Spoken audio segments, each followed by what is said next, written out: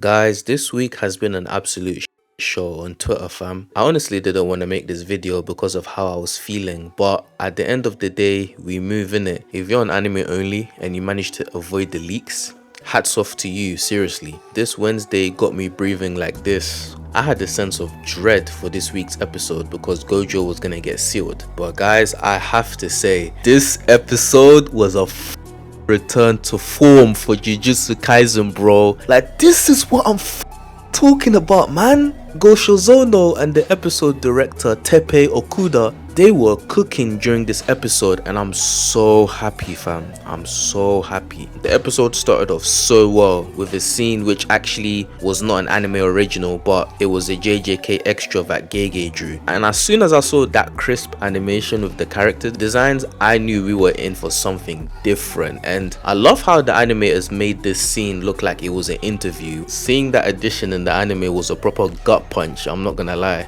I swear, Gege Akutami is definitely dancing right now, fam. He's having the best week of his life. But guys, the action that we got in this episode was phenomenal, bro. Like, the thing that really struck me at first with the animation used in the episode was just how fluid these characters moved during the fight. The style had a sense of realism to it. Someone let me know in the comments, was this CGI or did they use the same volumetric animation they did back in episode 5? Was it something like that? Because whatever it was just freaking fantastic. And did you motherfucker see the way Gojo was sliding through Hanami's attack? That shit looks so clean, fam. They captured his face in the anime so perfectly, man. I like how just before he pulled out Hanami's roots, his eyes started to glow when he moved closer. That made him look so intimidating. And MAPPA Studio continues to enhance the manga by adding dynamic camera movement to the fight and extending simple manga panels to make it look so much cooler in the anime. But guys, my favorite scene in this episode by far was the way Gojo bodied Hanami. That shit got me laughing, fam, I swear. The storyboarders are doing God's work because the way they made the train station cut power just as the curses punched him, and when he strengthened his infinity with his glowing aura filling the station, that shit was just perfect. Gojo is so fucking petty because after Hanami barely escaped the last time, man just brutalized her first and he was saving Jogo for last. He was really playing with his food out here. This man is so goated, yeah, that he literally killed Hanami without doing anything. Like, that scene was just so raw, fam. So raw.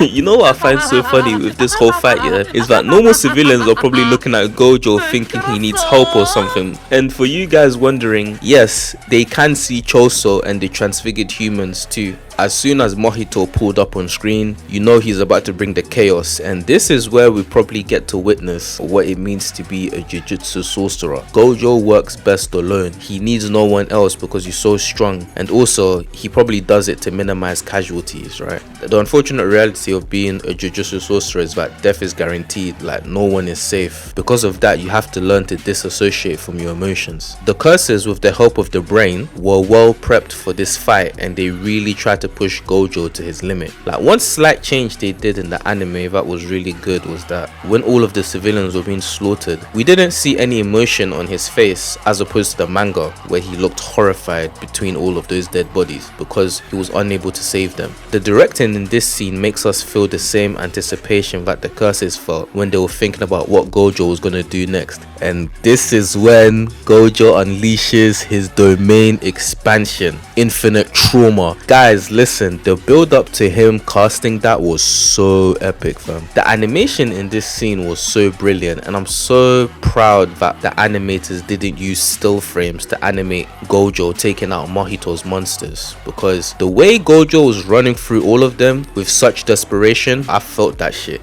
That's me running away from my responsibilities. That's the JJK fandom running towards Gege Akutami about the latest chapter. I digress. The use of framing alone, along with the disorienting feel of the scene, was so sick. The narration in this moment describing the extent of how Gojo took out 1,000 transfigured humans in 299 seconds, it almost had a triumphant feel to it in a way, which is quite ironic because Gojo looked disturbed as hell while doing that. As good as this episode is, the dimming was a bit irritating, but I'm not surprised, you know what I mean, because I mentioned this in the last video I made, that Gojo was gonna have a big moment and they were gonna dim it, and this was the exact scene I'm talking about. I know we're all thinking the same thing, and that's Crunchyroll ruining the viewer's experience, because this scene was so tough. But it looks like, for whatever reason, Crunchyroll, they're not going to allow us to appreciate the passion and hard work of these animators. So we just have to tolerate it at this point.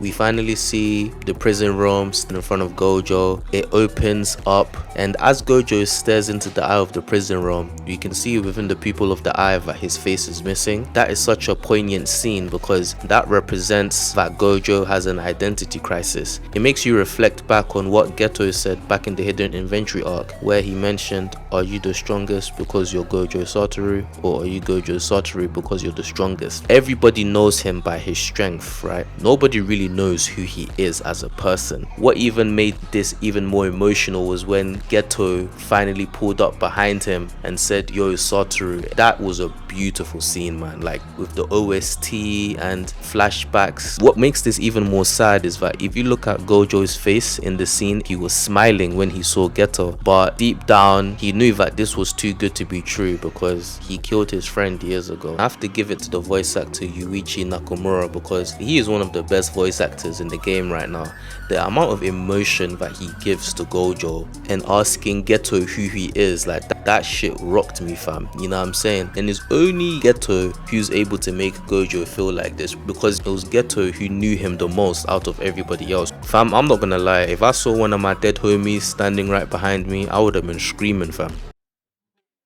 But then we finally get the reveal of the individual who is controlling Geto, and that is KENJAKU. The amount of times, I had to withhold myself from saying this name just so that I don't spoil you guys. All I'm asking is for you to like and subscribe, guys. That's all I'm asking you. They did justice to this scene. They made this scene so creepy. And at first, when I read this in the manga originally, it kind of reminded me of the Ninja Turtles, where Shredder was revealed to be an alien. It kind of gave me that type of vibe, you know what I'm saying? He has the cursed technique of inhabiting multiple bodies. He's been around for thousands of years, and when we talk about the most influential characters in this series, is Gojo, Sukuna, and KENJAKU. That's how high KENJAKU is on the totem pole. That's all I'm gonna say about him, because I don't want to go too much into detail, you know what I mean? Otherwise we'll get into spoiler territory there, and I don't want to do that to you guys. At the end of JJK 0, Gojo couldn't bring himself into cremating his body. Because of his mistake, KENJAKU somehow found Geto's body, possessed it, killed him with reverse curse technique, and is basically using his best friend's likeness to commit evil. The strongest character in the series, bro, the guy who we expect to fix all of the problems in the verse, his mistake is the catalyst for the chaos that's about to happen in this season. It's just ridiculous. Even though Gojo knows he's gonna get sealed, he still has trust in his students, in particular our boy Yuta. And it's like, when I saw Yuta, that just got me gassed, fam. Even KENJAKU said himself that Yuta's is not Gojo, and yeah, that is true. You know, Gojo's the strongest, but if you're talking about the characters in the series right now, who are the most closest to Gojo in terms of power is Yuta. Once Yuta hears about Gojo getting sealed, you can best believe that your boy is coming for KENJAKU. But yeah, guys, one thing I will say that this episode was terrific.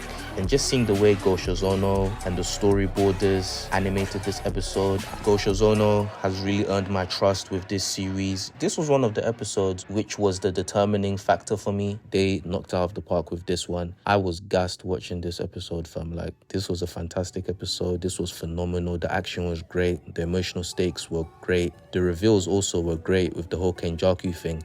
They made that look creepy as hell as it was in the manga. Very great adaptation. The use of camera angles and everything was just amazing, bro. Like, just everything was so good in this episode. If the big fights are not going to be animated in this type of style, they're going to be given this treatment, then I have nothing to really worry about. Thanks to everyone who watched the video. Like, share, subscribe, comment, and let me know how you felt about the episode, innit? Be very mindful. I know there's a lot of people on YouTube who are willing to spoil people. If I see any spoilers in the comments, I will delete it, you know, for the sake of anime only. So comment away down below, but be mindful of others, man. Thank you guys again, and until next week, stay blessed.